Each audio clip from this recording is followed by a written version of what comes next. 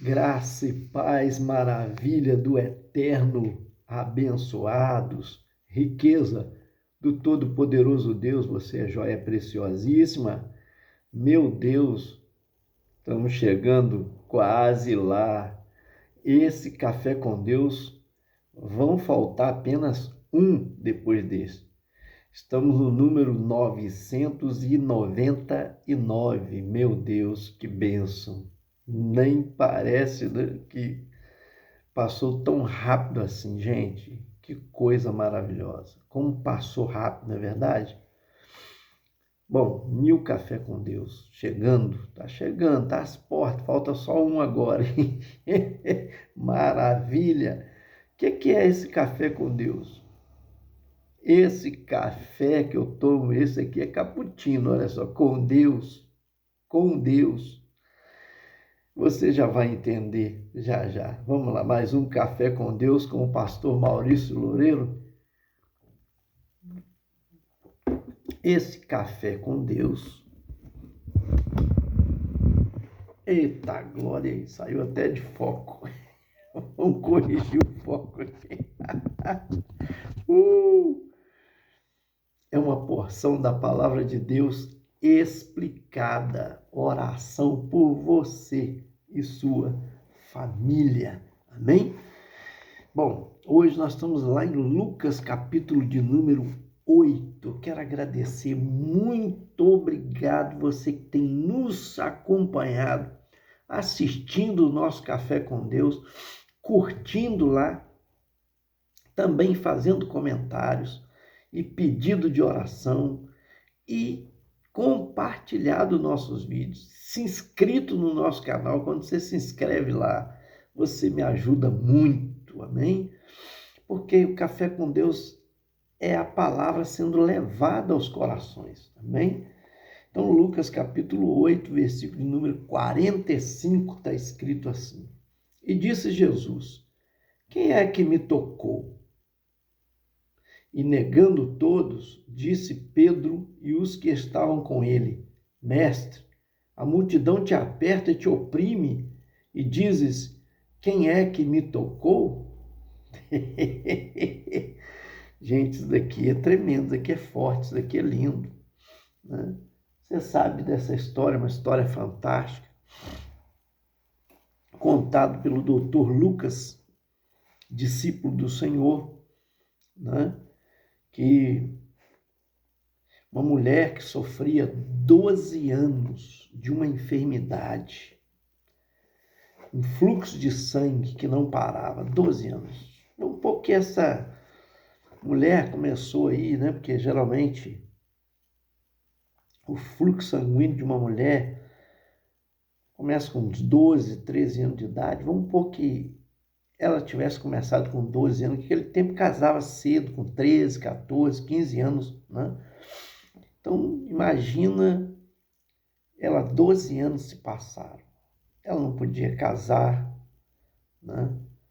Ela não podia ir ao templo, porque depois da lepra era considerado a segunda pior enfermidade, o fluxo sanguíneo que aquela mulher estava passando, estava sofrendo.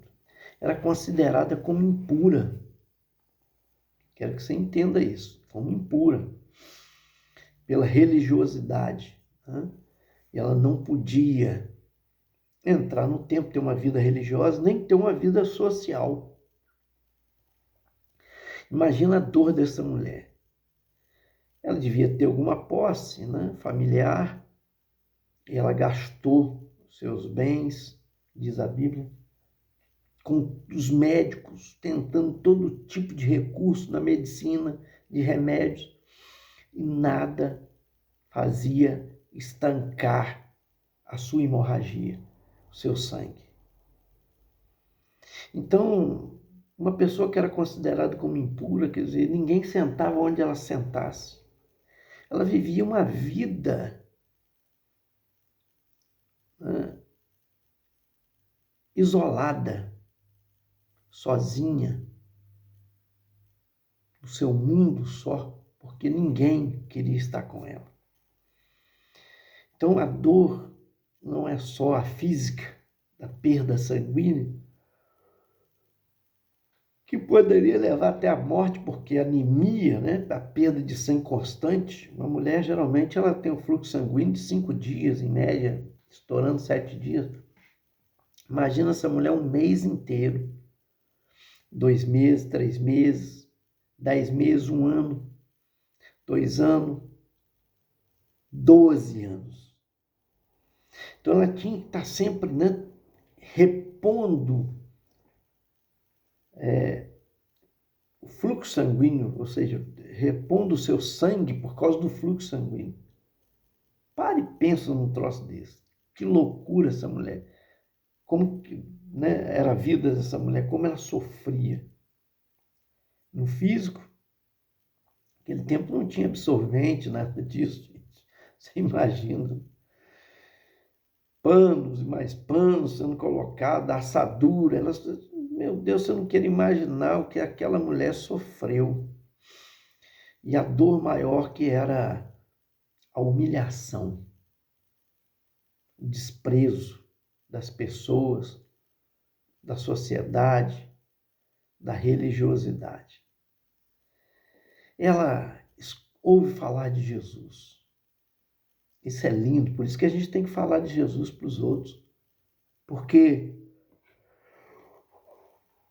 há pessoas que estão sofrendo nesse momento. Dores que a medicina não pode curar. Dores na alma, como aquela mulher que além da dor física, né, perda sanguínea, todo esse desconforto dela ainda, ela sofria a dor na alma, né, psicologicamente, trauma que aquela mulher vivia. Pare e pensa. Sem poder ter vida social, como eu disse, sem poder talvez trabalhar, porque as pessoas consideravam como impuro, não queria comprar nada dela, e sem poder ter uma vida religiosa, uma vida com Deus, né? Ir ao templo, não podia. Não podia ir numa sinagoga. Pare e pensa. Mas graças a Deus ela ouviu falar de Jesus, do Filho de Deus que fazia milagres extraordinários, e ela colocou no seu coração. Olha o que a fé faz. Coloquei aqui como que a fé que cura, né? Fé que pode alcançar a cura. Pare e pensa. Ela colocou no seu coração. Eu não posso chegar diante das pessoas porque eu sou considerada impura, mas eu vou. Perdão, porque madrugada é assim mesmo. Toma, mas não gosto de café. Aleluia. Mas eu vou por trás, aonde eu não vou ser percebida pelos outros. Talvez ela jogou um capuz na cabeça, eu creio assim, porque as roupas eram muito iguais, eram compridas. Então imagino que ela jogou o capuz na cabeça para não ser reconhecida, e ela vai em direção à multidão, e ela vai rompendo a multidão, porque todo mundo queria tocar em Jesus, todo mundo queria estar perto dele, numa posição, né, para ver os milagres, para ouvir o que ele estava falando. Para e pensa. O próprio apóstolo Pedro, nós acabamos de ler aqui o texto, dizia que a multidão apertava e o comprimia. Então ela vai vencendo essas dificuldades, essas barreiras, as pessoas, as posições, para ela conseguir chegar próximo de Jesus e tocar no seu manto, na orla, na beirada do seu vestido. Porque ela colocou no coração que se ela conseguisse tocar, não precisava de chamar a atenção dele, tocar na veste dele, ela seria curada. O que a fé não faz, não é verdade? A fé no Filho de Deus opera milagres. E assim ela faz. Só que quando Jesus recebeu o toque, ele para e diz: alguém me tocou. Aí todo mundo fica: eu não fui, eu não, quem diz, né? Todo mundo nega o toque, embora esbarravam nele, né? Encostavam nele a todo momento. E Pedro e os demais apóstolos ficaram assim: Ué, não é possível, o cara está sendo esbarrado a todo momento, tocado. Me pergunta, quem me tocou, Senhor? Não estou entendendo. Como que o Senhor diz, né? Pergunta quem me tocou. É onde Jesus completa, dizendo o versículo de número 46. Veja só. Alguém me tocou, porque bem conheci que de mim saiu poder.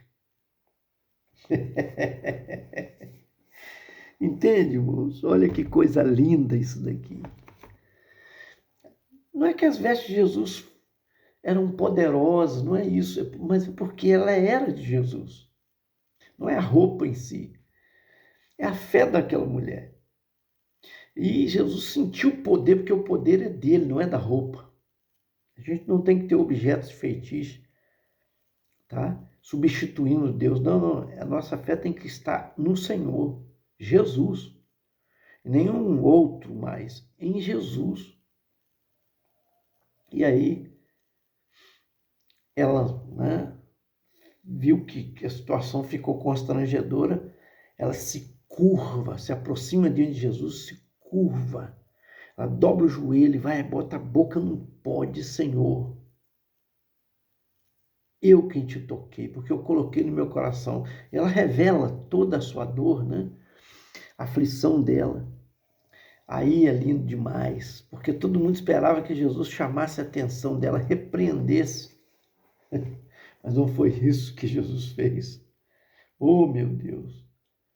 Versículo 47. Então, vendo a mulher que não podia ocultar-se, aproximou-se tremendo e prostrou-se ante ele, declarou-lhe diante do todo o povo a causa por que ele havia tocado e como logo sarara.